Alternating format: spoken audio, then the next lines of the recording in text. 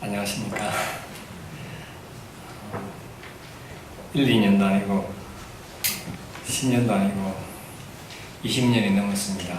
우리 부산 고운교회가 저와 제 사역을 위하여서 계속 기도해 주시고 또 후원해 주셔서 쉘파 사람들이 하나님 말씀으로 자기 말로 된 하나님 말씀을 가질 수 있게 된 그런 기회가 되었습니다.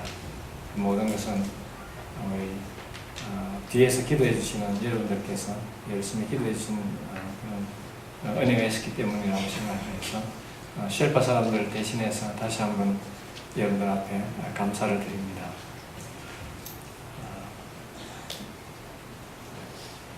근래 저희들은 한 국가가 깊은 슬픔에 빠지는 것이 무엇인지를 알 수 있는 그런 경험을 하였습니다. 시간이 흘렀지만 이러한 트라우마가 아직도 계속되고 있는 것 같고 여전히 회복되지 못하고 있는 것을 보게 됩니다. 옛날 이스라엘에도 온 나라가 이와 같은 그런 깊은 슬픔에 빠졌던 때가 있었습니다. 단지 몇백 명의 인명의 손실에 그치지 아니하고 바빌론의 공격으로 인하여서 온 백성들이 포로로 잡혀가고 온 나라 전체가 공황 상태에 빠졌던 적이 있었습니다. 많은 사람들이 바빌론과의 전쟁에서 죽었습니다. 아버지가 죽고 또 아들도 죽었습니다. 그나마 운 좋게 살아남았던 사람들은 다 포로로 바빌론 나라에 잡혀가 나라가 과연 존속될 수 있을 것인지 하는 그런 위태한 지경에 이르게 되었습니다. 두려움이 온 나라를 뒤덮고 있었습니다. 도무지 미래가 보이지 아니하고 다시 나라가 회복될 수 있을는지도 불확실했습니다. 이런 상황에 이르게 되면 우리가 흔히 질문하는 질문 하나가 있습니다. 그 질문은 하나님께서 과연 우리를 정말로 버리셨는가? 저는 신앙인의 한 사람으로서 저의 삶을 통해 하나님께 드렸던 질문 한 가지가 있었습니다. 그것은 하나님께서 혹 어떤 경우에 우리를 완전히 외면하실 수도 있는가라고 하는 그런 질문이었습니다. 저는 성경 번역을 하는 선교사로서 지난 26년간 네팔에서 사역하였습니다. 오랜 세월이 지났지만 도무지 끝날 것 같이 보여지지 아니하는 저의 사역을 놓고 혹시 하나님께서 그냥 저를 외면해 버리신 것이 아닌가, 일은 끝나지 아니하고 진전은 되지 아니하고 이러다 그냥 마는 것이 아닌가 라고 하는 그런 두려움에 빠진 적이 있었습니다. 또 이제 겨우 새롭게 신자들이 생겨나고 또 그 중에서 지도자들을 세웠는데 그 지도자들이 저희를 배반을 하고 이제 어려움에 처해지는 그런 일도 있으면서 눈에 보이는 결과물이나 성취물은 나타나지 않은 채 자꾸 나쁜 것만 보이는 그런 것이 하루하루를 저희를 괴롭게 만들고 있었던 중에 저를 더 힘들게 만들었던 것은 두 분의 죽음이었습니다.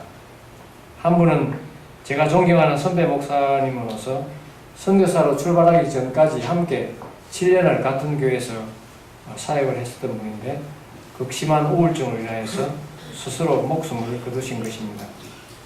다른 한 사람은 저의 후배로서 저를 무척이나 따랐던 후배 목사였습니다.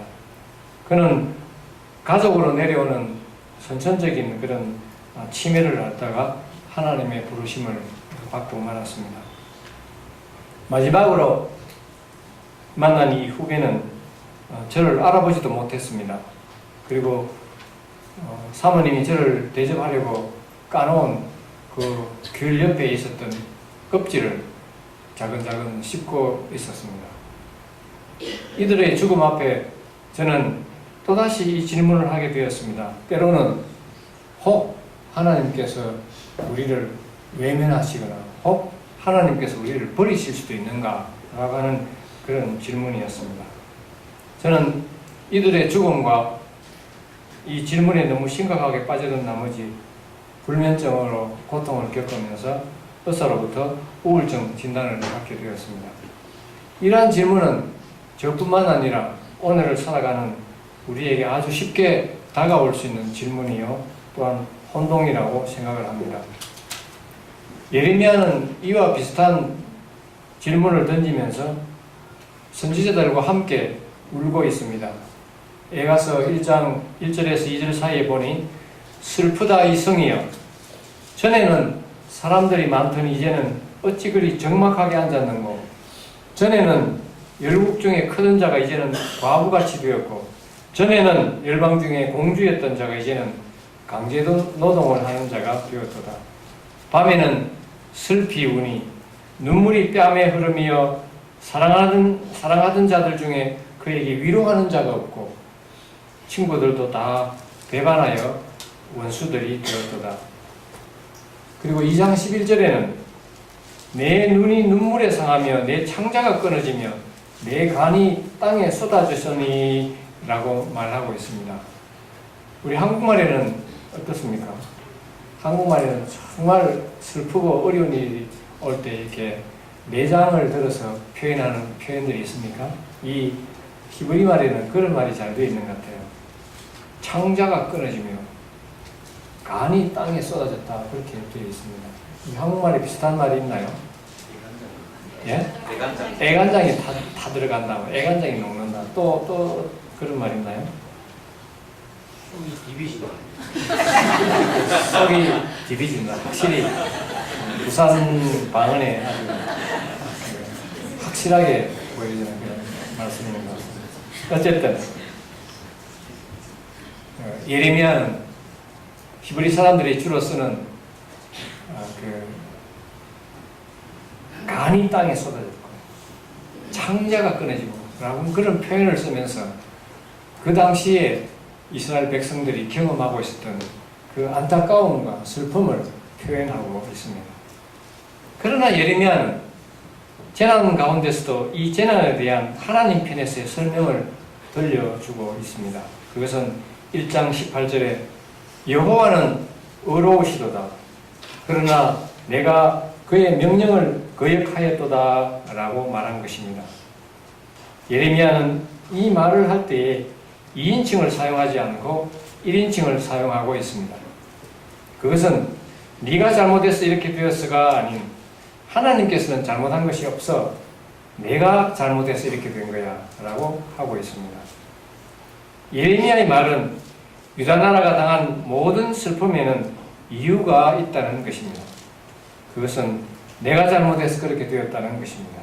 그러니 우리 모두 빨리 하나님께로 돌아가야 된다라고 하는 말씀입니다. 당시 유다 나라가 바벨론에 의하여 망하면서 그 책임을 왕과 정치가들과 종교 지도자들에게 돌리면서 원망하는 소리가 아주 빗발치듯 했습니다. 예레미야는 이 모든 일을 알면서도 내가 잘못해서 이렇게 된 거야. 우리가 잘못해서 이렇게 된 거야. 라고 말하면서 다른 사람들이 아닌 바로 나와 우리에게 이 책임을 돌리고 있는 점은 오늘 살아가고 있는 우리에게 많은 시사점을 주고 있습니다.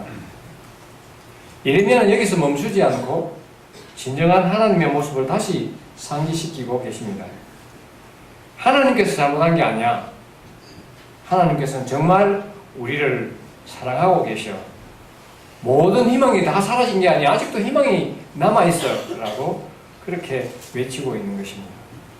예가서 3장 19절에서 23절에는 이렇게 말씀하고 있습니다. 내 고초와 재난, 곧 쑥과 담접을 기억하소서. 이 말씀이 뭔가 잘 이렇게 눈에 와닿지 않는 그런 점이 있어서 현대인의 성경을 보니까 오히려 조금 더 다가오는 것 같습니다. 내가 당하는 쓰라린 고통과 역경을 나는 기억하고 있습니다.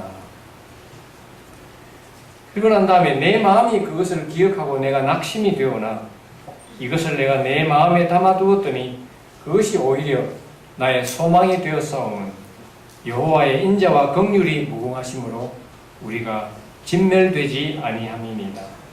이것들이 아침마다 새로우니 주의 성실하심이 크심이니이다 라고 외치고 있습니다.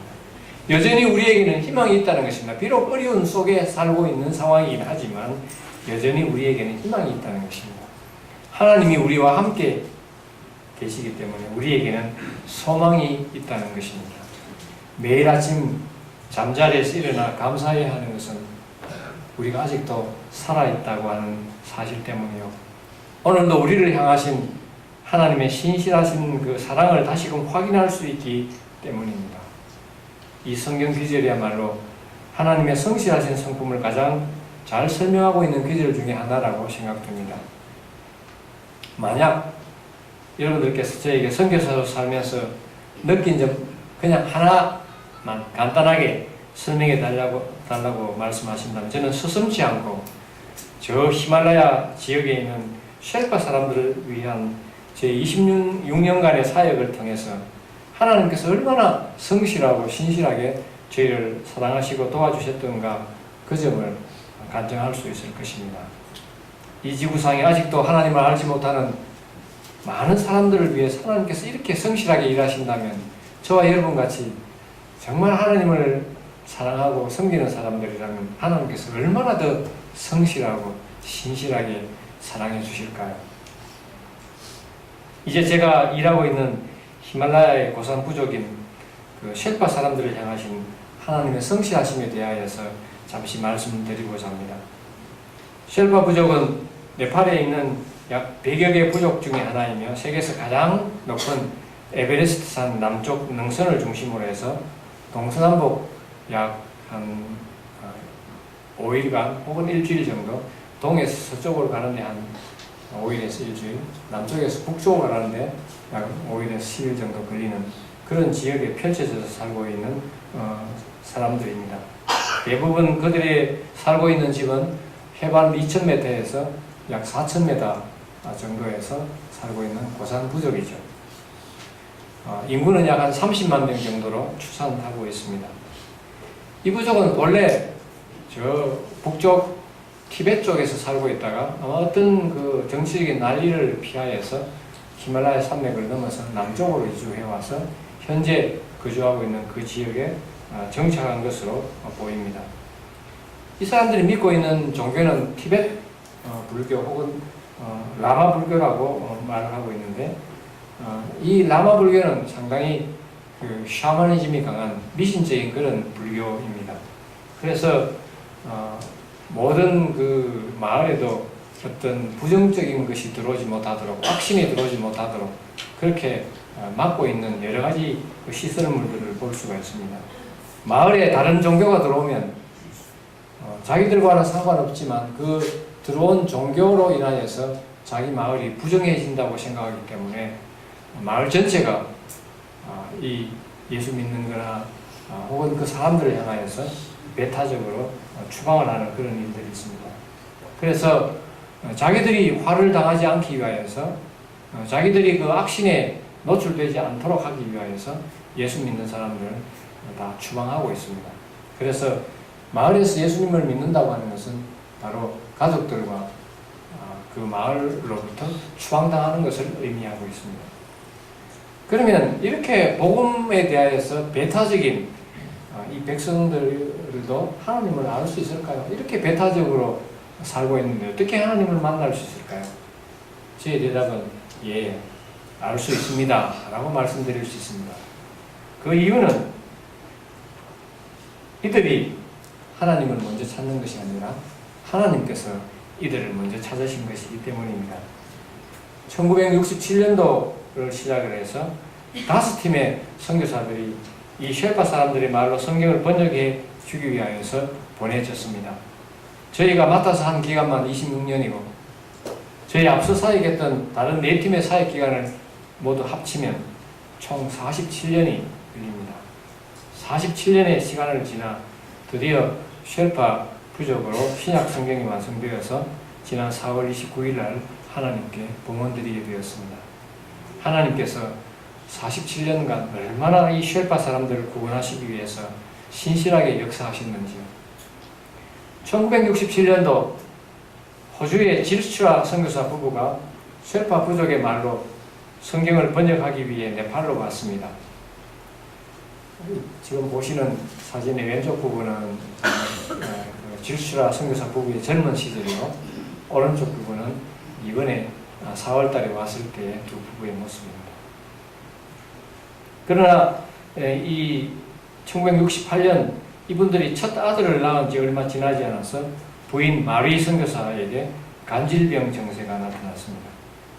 간질병은 고산 지역에서 사역하는 선교사들에게 간혹 나타나는 그런 사탄의 역사로 알려져 있습니다. 결국 질수라 선교사 부부는 사역을 중단하고 본국으로 돌아가고 말았습니다.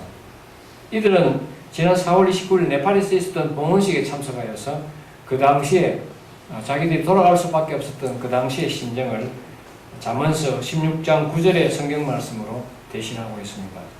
사람이 마음으로 자기의 길을 계획할지라도 그의 걸음을 인도하시는 이는 여호와시니라. 질수라 선교사 부부가 떠난 후 미국의 고든 선교사 부부가 잠시 쉘파 사역을 감당했었습니다.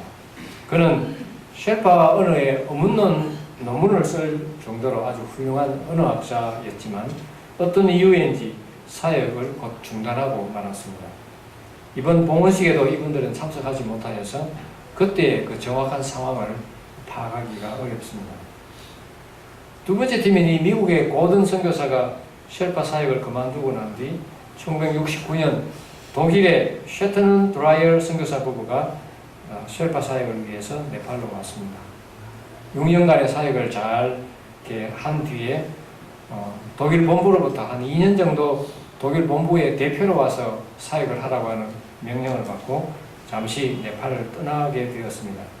그 사이에 네팔에 있던 모든 성경 번역 선교사들, 각국에서 온 성경 번역 선교사들 약 100여 명 이상이 있었고, 또 선교사들을 이제 산악지대로 나르는 비행기도 2대를 갖고 있을 정도로 아주 왕성하게 일을 하고 있었는데, 네팔 정부가 CIA 스파이라고 하는 죄목을 붙여서 다 추방을 당하고 말았습니다.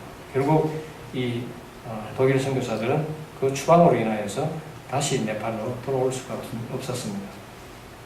이들이 네팔을 떠나기 전에 이제 마가복음 쪽봉을 만들어서 인쇄를 해서 돌렸지만 불행하게도 그 마가복음은 전혀 사용되어지지 못한 채 이제 사장되고 말았습니다. 나중에 이 독일 선교사님과 만나서 이야기를 나누면서 이런 이야기를 듣게 되었습니다.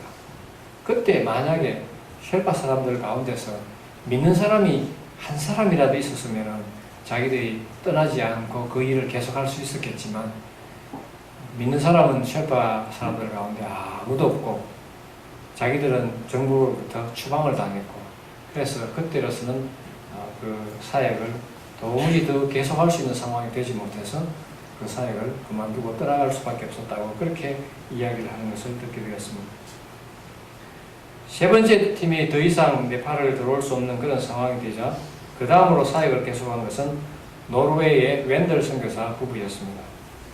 이들은 1975년 네팔에 와서 잠시 훈련을 받고 있는 중에 조금 전에 말씀드렸던 네팔 정부로부터 다 추방당하면서 함께 추방당하고 말았습니다. 그래서 이제 필리핀으로 가서 일을 하게 되었는데 1984년에 네팔에 노르웨이 학교 교사로서 일을 할 수 있는 자리가 생겨서 다시 네팔로 돌아왔습니다. 하지만 이 가정을 향하신 하나님의 뜻이 무엇이었을까요? 1987년 3월달 남편인 닥 웬들 선교사가 강한 바람이 불던 어느 날 지붕을 수리하고 있던 중에 3층 지붕에서 떨어지게 되는 사고를 당해서 폐가 찢어지고 갈비뼈가 부러져서 급히 노르웨이로 후송을 받았습니다. 다행히 생명은 건졌지만 하반신 불구가 된 닥은 그럼에도 불구하고 휠체어를 타고 사역을 계속하기 위해서 1988년 4월달 저희들이 네팔에 도착하기 한 달 전에 네팔 땅으로 다시 돌아왔습니다. 지난 4월에 봉헌식에 참석한 닥 선교사의 부인 오사 선교사는 당시의 상황을 이렇게 말하고 있습니다. 남편이 하반신 불구가 되어서 움직임에는 문제가 있었지만 머리는 바로 쓸 수 있었으니까 다시 돌아가서 일해야 되지 않겠냐라고 휠체어를 타고 다시 돌아왔다라고 말을 하고 있습니다. 저희 부부는 1988년 5월달 처음 네팔에 들어갔습니다. 저희들은 본래 중국 변방부족을 위해서 선교할 생각을 갖고 있던 중에 네팔에 가서 보니까 네팔의 바로 위가 중국 땅이고 또 티베트 사람들이 살고 있는 것을 알아서 하나님께서 티베트를 위해서 저희를 불러주셨구나 생각을 하고 네팔 종족들 중에서 티베트 종족과 제일 가까운 종족을 찾던 중에 쉘파 사람들을 알게 되었습니다. 그렇지만 당시에는 이미 이 웬들 선교사 부부가 쉘파 성경을 번역하고 있는 중이었기 때문에 이것은 아닌가 혹은 하나님 뜻이 다른 데 있는가 이제 그렇게 생각하고 있던 중이었는데 이제 닥 웬들 선교사가 저에게 제안을 해왔습니다. 자기는 하반신이 불구가 되어 있는 몸이니까 산에도 가지 못하고 하니까 그냥 한국 팀과 노르웨이 팀이 함께 일을 하면 어떻겠냐 이렇게 이제 의사를 전달해 봤습니다. 그러나 저희들이 그 의사에 대해서 그분의 질문에 대해서 답을 해드리기도 전에 그분에게 또 다른 문제가 생겼습니다. 복부에 암이 생긴 것입니다. 결국 닥 선교사는 그 이듬해 89년 4월에 하나님의 부르심을 받았습니다. 그 사역이 저희에게 넘어와 1989년 6월부터 공식적으로 일을 하게 되었습니다. 1967년도부터 선교사들이 사역을 했지만 쉘파 사람들 가운데서는 전혀 믿는 사람이 없었습니다. 22년이 지났지만 전혀 믿는 사람이 없었습니다.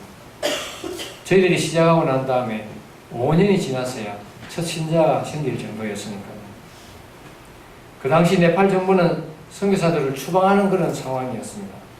비자를 받기 어려워서 비자 받는 한 방편으로 네팔어 한국어 사전을 편찬을 하고 있었습니다. 그래서 이 쉘파 사역과는 전혀 상관이 없는 네팔어 사전을 만드는데 또 많은 시간을 빼앗겼습니다. 다른 언어도 다 쉬운 언어가 이 세상에 어디 있겠습니까만 쉘파 언어는 참 말을 배우기가 어려운 그런 언어입니다. 물론 문법책이나 혹은 글자나 혹은 사전이 있는 것은 전혀 아니니까 저희들은 그냥 마을에 다니면서 이 사람 저 사람 이제 말을 통하여서 그렇게 말을 배울 수밖에 없는 그런 상황입니다. 쉘파 말만 배우는데 약 10년이 걸렸습니다.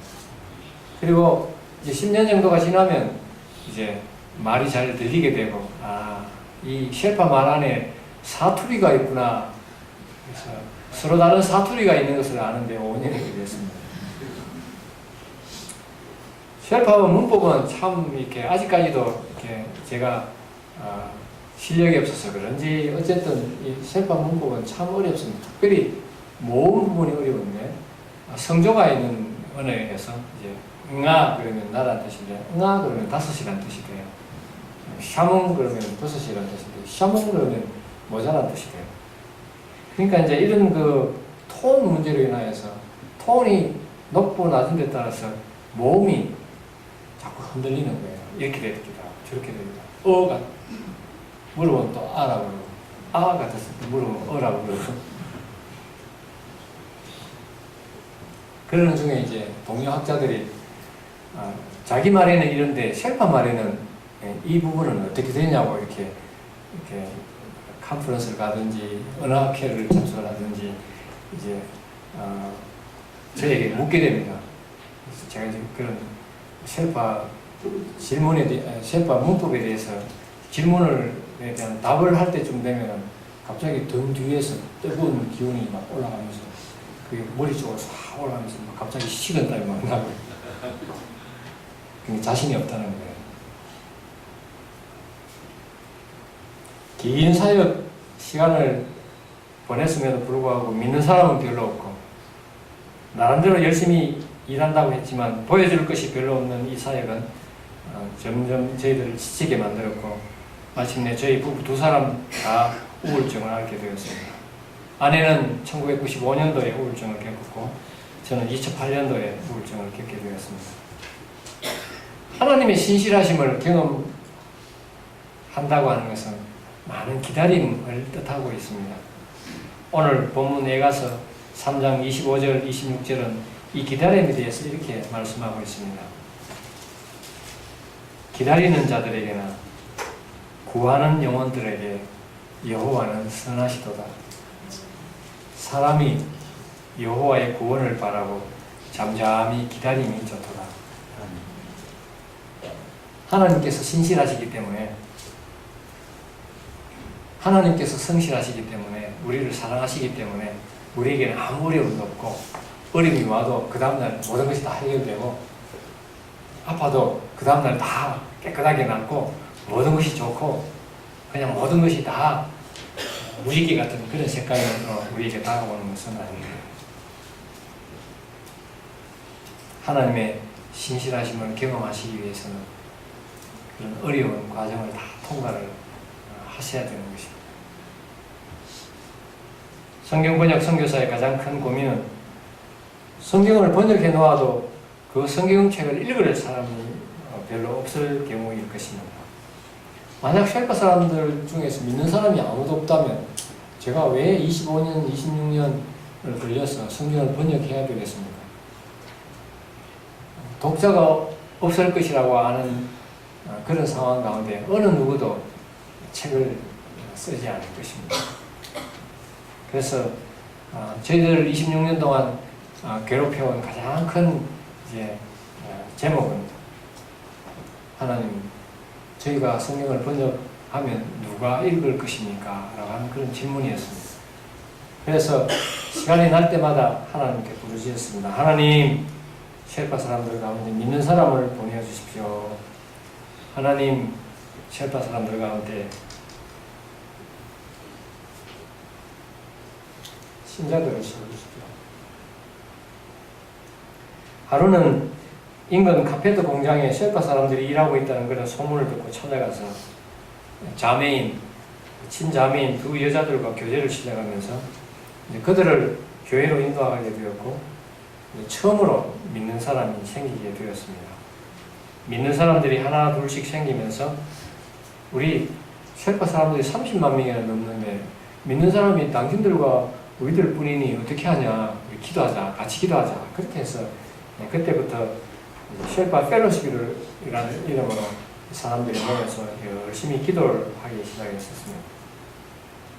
그 모임이 지난 2007년도에는 쉘파 교회로 바뀌게 되었고 이제는 저희들 교회와 함께 이 쉘파 전체 부족들 가운데는 약 한 200~300명 정도가 믿는 사람이 생겼습니다. 그래서 이제는 성경을 읽어줄 사람이 그래도 독자가 한 200~300명 정도는 생기게 되었습니다. 아직도 성경을 알지 못하는 많은 사람들이 있기 때문에 성경이 무엇인지도 모르는 사람들, 아직도 하나님이 어떤 분인지 예수님이라는 이름조차 들어보지 못한 사람들이 많이 있기 때문에 이 성경을 통하여서 이분들이 예수님께로 돌아오기를 간절히 소망하고 있습니다. 하나님의 성실하심이 우리를 늘 보호하고 있지만 우리 인생에서 찾아오는 어려움과 갈등은 여전히 우리를 괴롭히고 있는 것이 사실입니다. 그래서 오늘 본문 32절은 이렇게 말씀하고 있습니다. 그가 비록 근심하게 하시나 그의 풍부한 인자하심에 따라 긍휼히 여기실 것입니다. 만약 저희 부부 두 사람이 우울증을 경험하면서 아이고 이제 우리 아픈데 막 그냥 그만하자, 그래서 그 사역을 중단했었다면 아마도 쉘파 사역이 또 중단되었을 것입니다.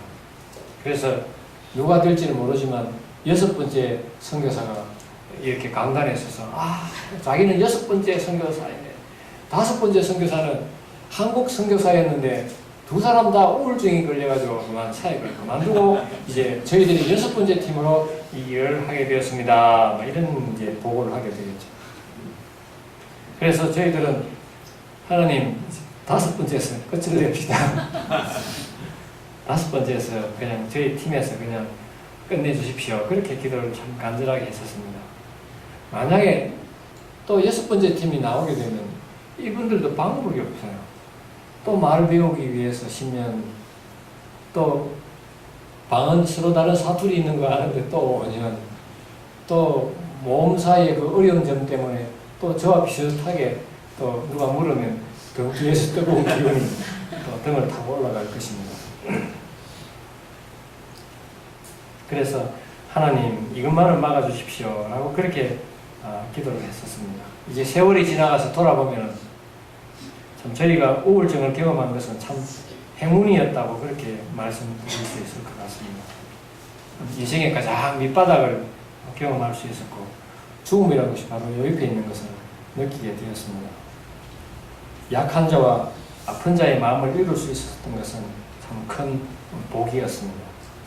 한 번은 우울증을 앓고 있는 러시아 한 선교사 부인과 경주에서 서울로 올라가는 고속버스를 같이 타게 되었습니다.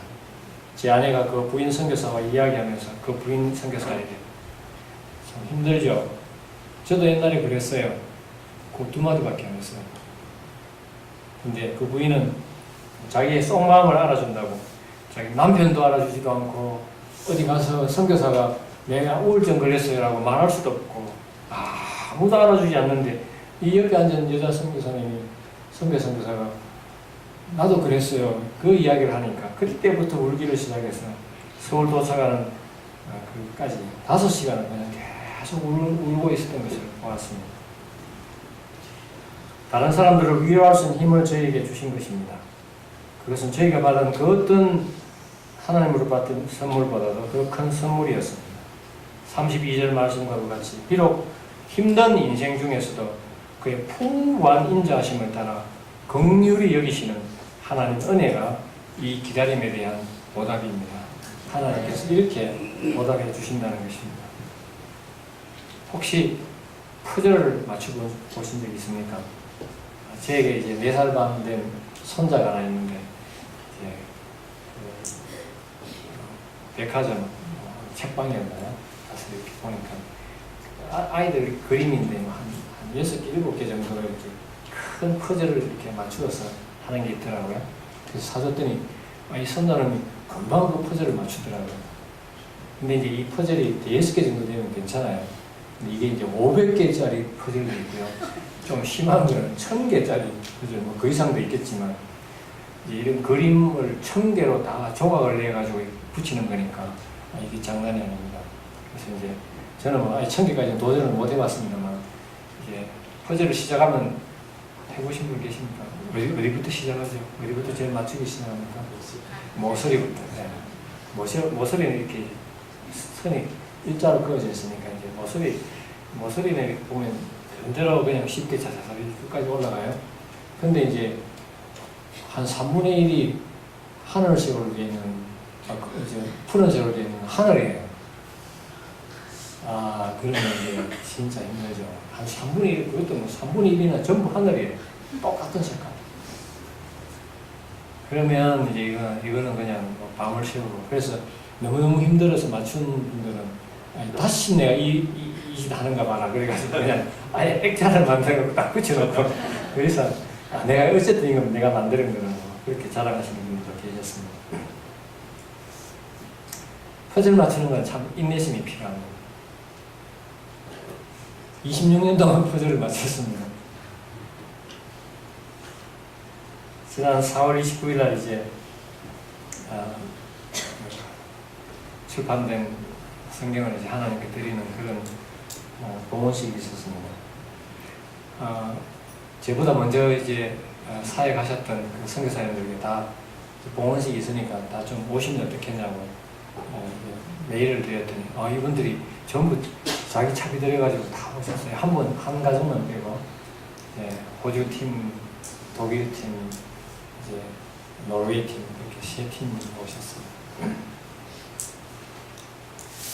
특히 감사했던 것은 저희 부부에게 이제 성경 번역을 처음으로 소개해 주셨고, 저희들이 성경 번역 선교사로 네팔에 갈 수 있도록 추천해 주셨던 미국의 렌치 박사님께서 오셔서 성경 공헌 일을 하는 일을 해주셨습니다. 제가 부산 남교회 부목사로 있을 때 이분이 오셨었어요. 그래서 부산을 경험하게 하기 위해서 뭘 하는 게 좋을까 해서 온천장에 두 부부를 모시고 와서 온천 목욕탕까지 데리고 들어갔다는 건 아닙니다.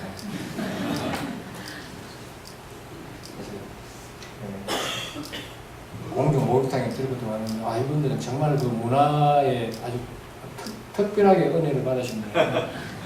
그 목욕할 거냐고 그랬더니 그냥 들어가자고. 그래서 빨갛고 들어오더라고요. 그래서 나중에 선배 선교사한테 제가 굉장히 꾸중을 들었습니다. 어떻게 미국 선교사한테 그냥 공중 목욕탕을 들고 들어가냐. 나 때도 많은데 왜 하필이면 부산에서 목욕탕까지 들고 들어가냐. 꾸중을 듣긴 하였습니다만 그런 저에게 네팔을 갈 수 있도록 인도해 주셨고 아주 저희 부부하고 아주 너무나도 관계가 가까운 그런 분인데 이분들에게도 이제 이 성경 번역이 끝났는데 한번 오셨다 가시면 좋겠다고 했더니 부인은 돌아가셨어요. 몇 년 전에. 이제 벤치 박사께서 자기가 오겠다고 했어요. 이분도 이제 자기 경비를 다 들여서 네팔까지 오셨었습니다. 원래가 연세가 84세신데요. 아직도 멕시코의 치단텍이라고 하는 한 부족의 은어로 구약 성경을 번역하고 계세요. 그래서 이야기를 하고 있던 중에 가만히 보니까 올해가 자기가 선교사가 된 지 60년이 됩니다. 선교사를 60년을 하고 있는 분을 제가 모시면서 참 저에게 많은 영감을 주셨던 분인데 저도 이분을 따라갈 건가 하는 그런 생각을 합니다. 하나님은 정말 신실하시고 성실하신 분이십니다. 세상 사람들이 잘 모르는 히말라야 산속에 살고 있는 이 한 산지 부족을 구원하시기 위하여서 이렇게 포기하지 않으신다면은 또 한 선교사가 어려움을 당해 떠나면 또 다른 선교사를 보내시고 그에게 문제가 생기면 또 다른 선교사를 보내셔서 마침내 그들의 언어로 하나님의 말씀을 전하시는 이 하나님의 사랑을 우리가 무엇으로 표현할 수 있겠습니까? 한마디로 하나님은 인간을 사랑하시되 끝까지 그리고 신실하게 사랑하신다. 처음과 마지막이 전혀 다름이 없이 성실하게 사랑하신다라고 말씀드릴 수 있겠습니다. 이 하나님께서 쉘파 사람들만 사랑하실까요? 아닙니다. 저와 여러분 모두를 동일하게 신실하게 끝까지 사랑하십니다. 주의를 불러보면 참 우리를 두렵게 하고 침울하게 만드는 오늘 우리 현실 속에서 우리가 위로를 받을 수 있는 곳은 어디에 있습니까? 우리가 기댈 수 있는 곳은 어디일까요? 오직 하나님 한 분뿐이요. 진정으로 우리를 회복시켜 주실 수 있는 분은 하나님 그분뿐입니다. 그분은 신실하셔서 어제와 오늘이 동일하시며 오늘과 내일이 도무지 변함이 없으신 분이십니다. 우리 모두 그분 하나님께로 나아가십시다. 주의가 우울하고 두려움으로 가득 차 있지만 하나님께서 우리를 사랑하셔서 이 땅에 보내주신 예수 그리스도 그분께만 우리의 초점을 모읍시다. 시편 50편 15절에 환난 날에 나를 부르라. 내가 너를 건지리니 네가 나를 영화롭게 하리로다 라고 말씀하시는 그분 하나님께로 나아가십시다. 그리고 그분의 뜻과 말씀에 다시 순종하면서 우리 개인과 사회 그리고 이 한국 민족을 주님의 영광을 위해 써달라고 이렇게 부르짖으면서 기도하여야 될 때입니다. 하나님께서 신실하시기 때문에 우리의 기도를 들어주시고 한국교회를 향하신 그분의 선하신 뜻과 계획을 온전히 이루실 것으로 믿습니다.